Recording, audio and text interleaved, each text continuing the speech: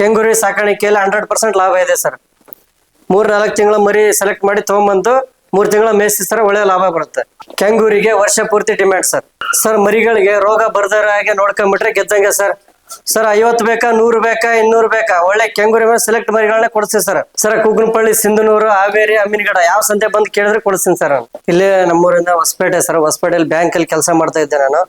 ಒಳ್ಳೆ ಸ್ಯಾಲ್ರಿ ಇತ್ತು ಸರ್. ಆದ್ರೂ ಅಲ್ಲಿ ಕೊಡೋ ಟಾರ್ಚರ್ಗೆ ನೆಮ್ಮದಿ ಇದ್ದಿಲ್ಲ ಸರ್ ಜೀವನಕ್ಕೆ. ಹಂಗಾಗಿ ನಾನು ಆಯ್ಕೆ ಮಾಡ್ಕೊಂಡಿದ್ದು ಕುರಿ ಸಾಕಾಣಿಕೆ ಸರ್. ಕುರಿ ಸಾಕಾಣಿಕೆ ಬಂದ್ಮೇಲೆ ಒಳ್ಳೆ ಲಾಭ. ಅಲ್ಲಿ ಪೇಮೆಂಟ್ಗಿನ್ನ ಇಲ್ಲಿ ಚೆನ್ನಾಗಿ ಪೇಮೆಂಟ್ ಇದೆ ಸರ್. ಒಳ್ಳೆ ಲಾಭ ಇದೆ, ಒಳ್ಳೆ ನೆಮ್ಮದಿ ಇದೆ. ನಮಗೆ ಹೊಲದಲ್ಲಿ ಕೆಲಸ ಆಗ್ತದೆ, ಇಲ್ಲಿ ಕೆಲಸ ಆಗುತ್ತೆ.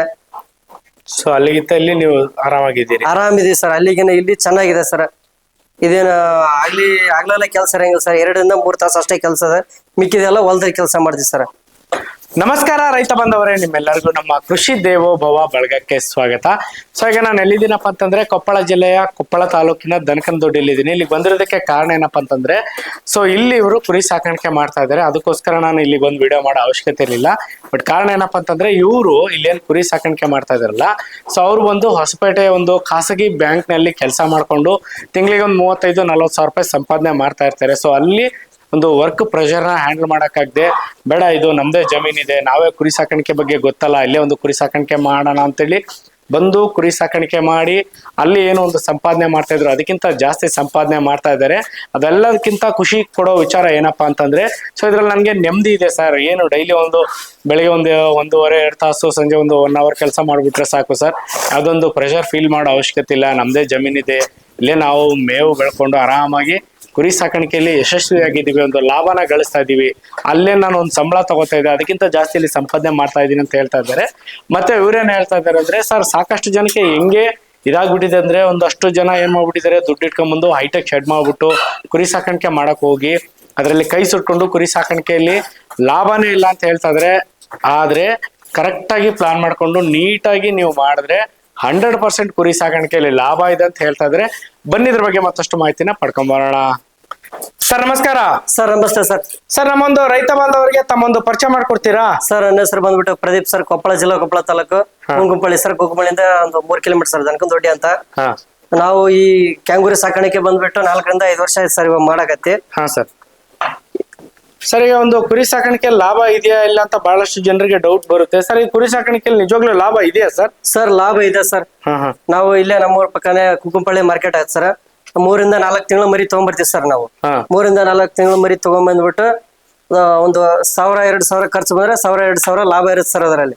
ಕ್ಯಾಂಗೂರಿ ಮರಿಲಿ ಯಾವುದೇ ಲಾಸ್ ಇಲ್ಲ ಸರ್, ಯಾವುದೇ ಮೋಸ ಇಲ್ಲ.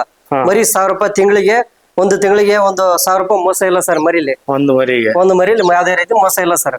ಓಕೆ ಸರ್, ಈಗ ನಾವು ಹೊಸದಾಗಿ ಕುರಿ ಸಾಕಾಣಿಕೆ ಮಾಡ್ಬೇಕು ಅನ್ಕೊಂಡಿದೀವಿ, ನಮ್ಗೆ ಏನೋ ನಾಲೆಡ್ಜ್ ಇಲ್ಲ ಅಂದ್ರೆ ಏನ್ ಹೇಳ್ಕೊಡ್ತೀರಿ ಸರ್?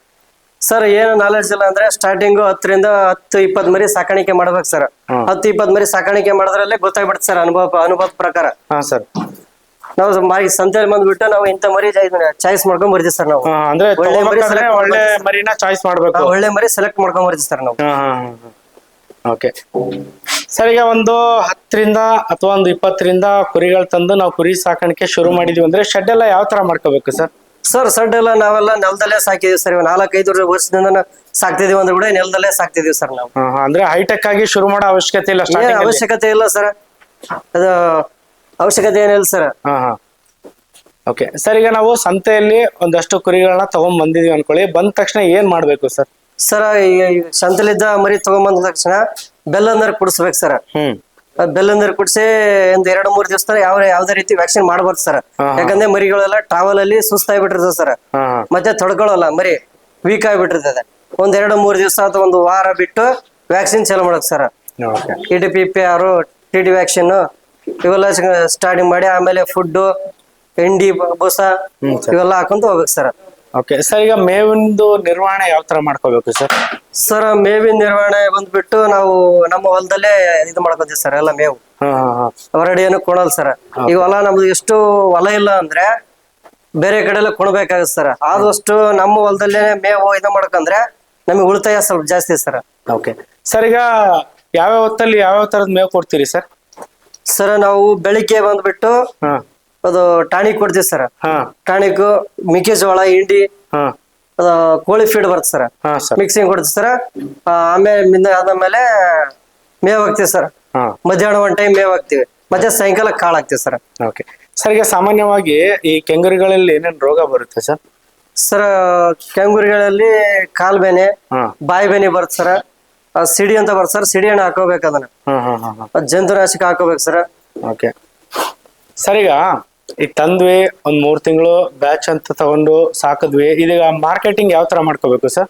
ಸರ್ ಮಾರ್ಕೆಟಿಂಗ್ ಬಂದ್ಬಿಟ್ಟು ಚೆನ್ನಾಗಿದೆ ಸರ್. ಮಾರ್ಕೆಟಿಂಗ್ ಏನು ಇದು ಪರವಾಗಿಲ್ಲ ಸರ್. ಹಾ ಅದ ಕೆಂಗುರಿ ಮಾರ್ಕೆಟಿಂಗ್ ವರ್ಷ 12 ತಿಂಗಳು ಮಾರ್ಕೆಟಿಂಗ್ ಸರ್ ಇದು. ಹಾ ಅಂದ್ರೆ ಫುಲ್ ವರ್ಷ ಪೂರ್ತಿ ಡಿಮ್ಯಾಂಡ್ ವರ್ಷ ಪೂರ್ತಿ ಮಾರ್ಕೆಟಿಂಗ್ ಸರ್ ಇದು.